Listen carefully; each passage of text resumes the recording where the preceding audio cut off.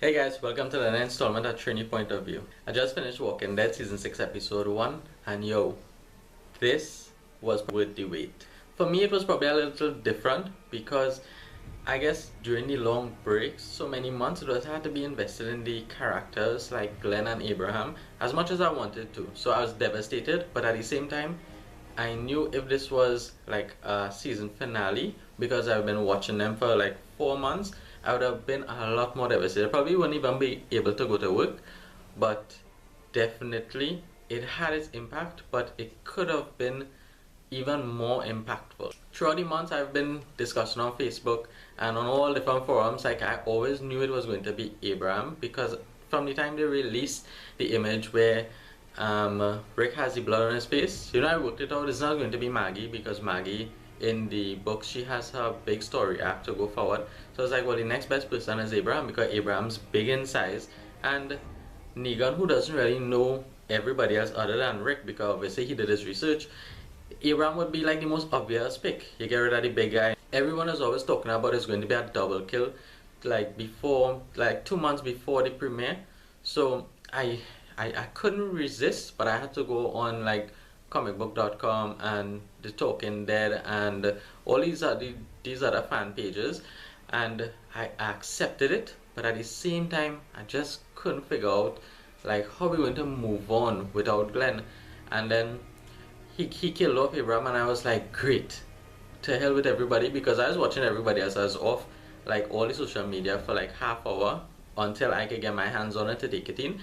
So, and then when Daryl jumped out himself and do that, I was like, yo, are you crazy? Because you knew he wasn't going to kill Daryl, because Daryl has a lot more to the story to offer. And then it's like, what is going on with you, Jared? You can just take your time. Glenn jumped out in the finale last time, and you heard the man say there's one chance to get in, and then he come out and do this by Daryl, and it's like he didn't even hesitate. He just walked across, he was talking and facing everybody, and when he swing around and hit Glenn, that was it for me. I actually felt it, because Glenn actually took that one, raised back up, and I actually see his eye bulging out of his head, and he's fighting to say Maggie's name. So I could say definitely that one hit me probably like 100 times harder than Abraham hit me, even though I am attached to Abraham. But seeing Glenn over 6 seasons, to me that is the go-to man, and like a part of my brain was like, how do we move on without Glenn? Rick, on the other hand, with his RV camp trip with Negan, is like, I saw it in Rick's eyes. I actually saw the guy who plays Rick. I feel like a real act, because you could actually see the change in his eyes when Negan almost made him cut off Carl's arm. That's a whole nother story, but you can actually tell throughout the episode. I saw the same look in Rick's face when he was like he's going to kill him. I can actually see the look in his face continuously, and I was like, I'm not a believer.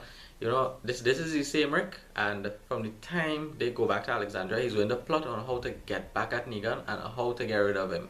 And then when it is he call over Carl, oh no, he tell his guys to point guns at everybody, so and he called over Carl and put him to lie down. I was like, yo, if these people cut off Carl's arm, that is like one of the most difficult things for any father to actually deal with, because that man was going to actually cut off his own son's arm after his son is like one eye Carl already.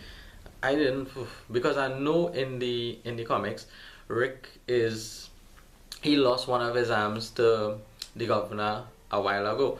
So I was like, whoa, if this is the way they're going to put a twist on the show, where they're going to take off Carl's arm instead, and eventually Carl is supposed to become the leader of the group way down the line.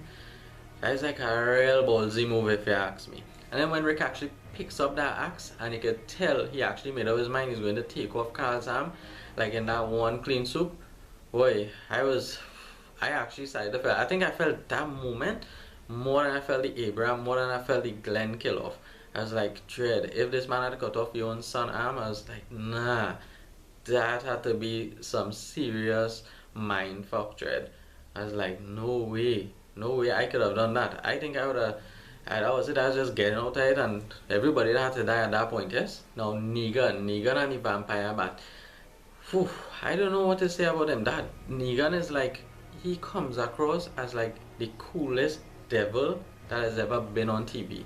Like, you always see all these characters in movies and TVs, and it's like, this guy was actually, a part of me wants to like him, because I spoke to someone and she was like, she actually likes the character of Negan, and I can't understand how she could like him after he just do that to Glenn and Abraham, and he just left them just like that, devastated, broken, basically. Everybody, and it's not physically, but it's mentally broken, because how do you move on from that? I mean, the man literally beat down Glenn in front of everybody, like, kill him off. You could see on the bat he was walking around with it had like brain meat on the mat. I personally don't know how it is some people can say they like Negan, but that man, he is probably the most cruel character on any show I've seen. In last season of Game of Thrones, it's like, yo, I was really hating some characters, but it's like after last night, it's like Negan takes the cake. I lost for words when it comes to him, but the thing is, Jeffrey Dean Morgan plays it so well. He is a likable character, and he does everything in a likable manner. It's like the way he talks, his mannerism, even the way he dresses as Negan is like straight out of the comic books, with the red scarf, and the, you can tell it's like the same leather jacket, and the same way the belt is like across him. It's like he is likable, and the way he talks and the way he whistles and all those things, and he even has this part where he stoops like a normal Trinidadian person. He actually hits Rick's up, and well, come on, how could you not like that person? But at the same time, you have to hate him. But for me, it's like I more hate him than I like him. So it's no matter how much I want to like him, I hate him. But probably 5 minutes later, I'm going to say, gosh, he's a good actor, and I really kind of like him. So it's like, I kind of torn in between. But at the same time, at the end of it all, I can't wait for Rick to meet Ezekiel and for them to figure out a way to just get rid of these saviors and Negan. Sasha and Maggie now, Dread. Two of them, I don't know how they're going to go through this after losing Abraham and Glenn, because you could see it on Maggie's face. Maggie is out for war. She just wants to go back, rounds up her Brady Bunch from Alexandria, because they really don't have any kind of fighters there.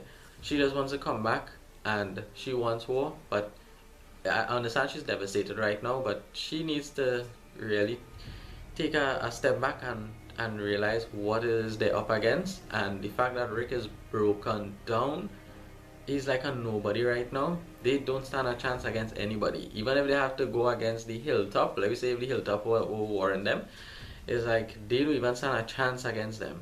So take that out of the question, because there's no way Maggie or anybody could go up against Negan right now, especially with Rick in that condition that he is. Keeping in mind that we don't even have Daryl, because Negan took Daryl hostage. Now, I can't wait for Daryl to get his revenge on Dwight and take back his crossbow. I mean, he got back his bike, but that's one thing, but the crossbow is from day one, and I just can't, because I saw in the synopsis for, I think, episode 2 and episode 3, he is going to try to make like a getaway, and they're going to capture him and beat him now again. But it's only a matter of time before he gets away. It's Daryl. It's not like I expect him to sit down there and just take whoever licks the shine out of them. He is going to get revenge on Dwight, and I think that's going to be one of the sweetest episodes so far throughout the entire series. Like, when it comes to redemption, that is going to be one of the big iconic moments for whatever episode it is. That whole episode could focus on Daryl trying to get away and his revenge on Dwight and getting back his crossbow.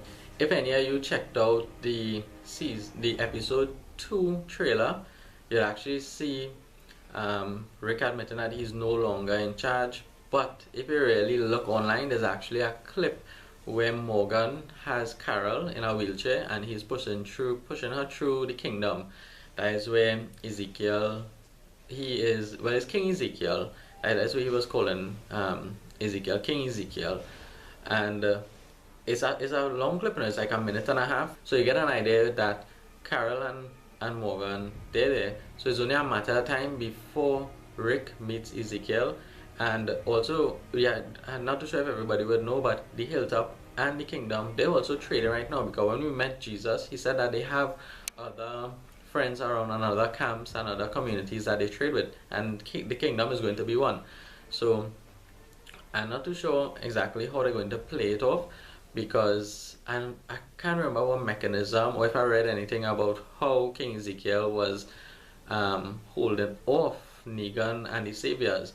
But definitely when he teams up with Rick, so it will be Alexandria, Hilltop, and the Kingdom. I'm pretty sure that that is when everybody's going to come up with the ideas, and they're going to figure out a way to get rid of Negan, and that is when Rick is actually going to have his revenge on Negan. So I'm not sure if it's going to be this season. I kind of hoping not, because I'm pretty sure with the Hilltop, Maggie's storyline, King Ezekiel and the Kingdom, Negan and the Saviors, Daryl's storyline, Carl is definitely going to be developed into a much stronger character this season. With all those storylines combined, there's a lot for 16 episodes, so I'm hoping that could be like the big war for like season 8, because I could definitely see a lot happening in this season, where there's a lot of subplots that could actually be played out like for mid-season, and I could definitely see everyone's storylines being developed to a point where we don't have to end up with another cliffhanger, because previously from season 1 through 5, that was one of my highlights with Walking Dead. It was like, we don't have to end off the season with cliffhangers. They usually end in a nice subtle way where everyone is kind of either satisfied or we see someone killed off. So they always ended off a season satisfied. It's like you don't need the whole Jon Snow gets stabbed and you have to wonder if he's alive, or you have to wonder who Negan's going to kill. It's always like you were satisfied and you had something to look forward to next year, which is another story arc for another villain, like the governor, Negan, things like that. So I hope they don't give us that big cliffhanger at the end of it where we're not too sure if Rick is going to get revenge on Negan, or if Ezekiel is going to team up with Rick and they're going to have the all-out war coming on to the end. Alright guys, thanks for checking out my recap of Walking Dead Season 6 Episode 1. Remember to like, subscribe, and comment down below on what are your thoughts of Episode 1. What's your thoughts on Glenn and Abraham's death? And I look forward to seeing you again next week. See you then.